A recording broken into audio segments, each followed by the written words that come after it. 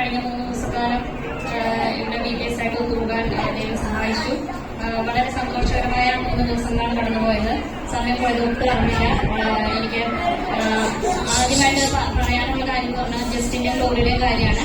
ഈ മൊത്തം പ്രോഗ്രാം അവർ നല്ല രീതിയിൽ ഏറ്റെടുത്ത് ഒന്നാമത് അവർ ഇത്രയും ദൂരം യാത്ര ചെയ്ത് ഇവിടെ കടന്നു വന്നവരാണ്. പിന്നെ ഈ ദിവസങ്ങളെല്ലാം ഇവിടെ സ്റ്റേ ചെയ്യായിരുന്നു.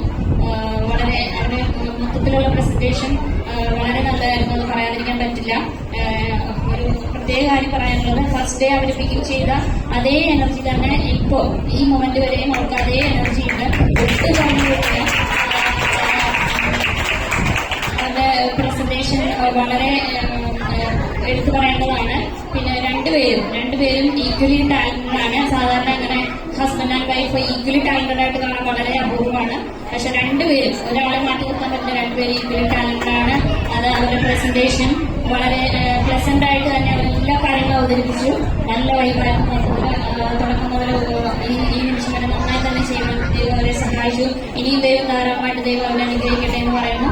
ഇനി രണ്ടാമതായി പറയാനുള്ളത്, ഈ ചർച്ചിലെ എല്ലാവരും ഒരു കുഞ്ഞുകുട്ടികളുടെ പ്രായമായവർ വരെ എല്ലാവരും അവരുടെ ഏറ്റെടുത്ത എല്ലാ കാര്യങ്ങളും വളരെ റെസ്പോൺസിബിൾ ആയിട്ട് ഉത്തരവാദിത്തത്തോടെ ഓടി നടന്ന് ചെറിയ തോതിലും വലിയ തോതിലും ഹാർഡ് വർക്ക് ചെയ്തവരുണ്ട്.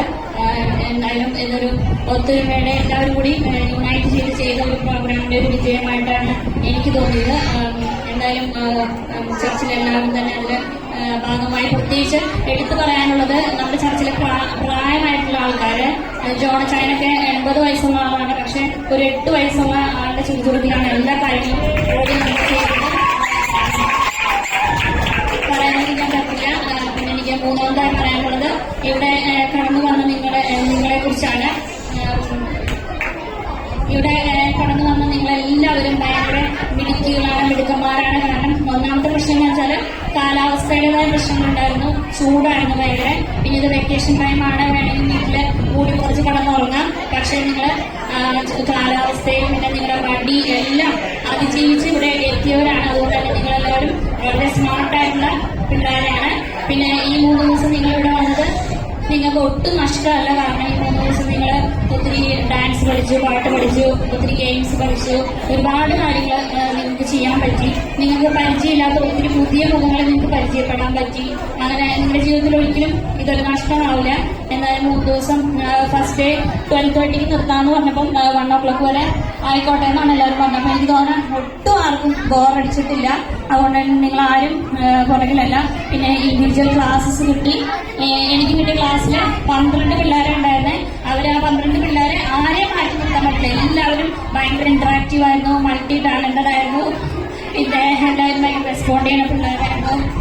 എല്ലാ കുട്ടികളും നല്ല മിടുക്കന്മാരുമാണ്. നിങ്ങൾക്ക് എത്ര വേണമെങ്കിലും ഇവിടെ വരാം.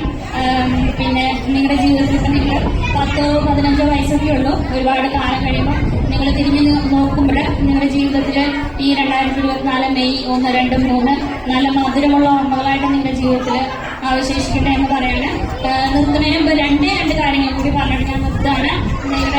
നിങ്ങളുടെ ജീവിതത്തിൽ 2 കാര്യം കൂടി പറഞ്ഞിട്ട് നിർത്താണ്. നിങ്ങളുടെ ജീവിതത്തിൽ നിങ്ങളെ സദൃശവാക്യത്തിൽ വാക്യം പറയാനുണ്ട്.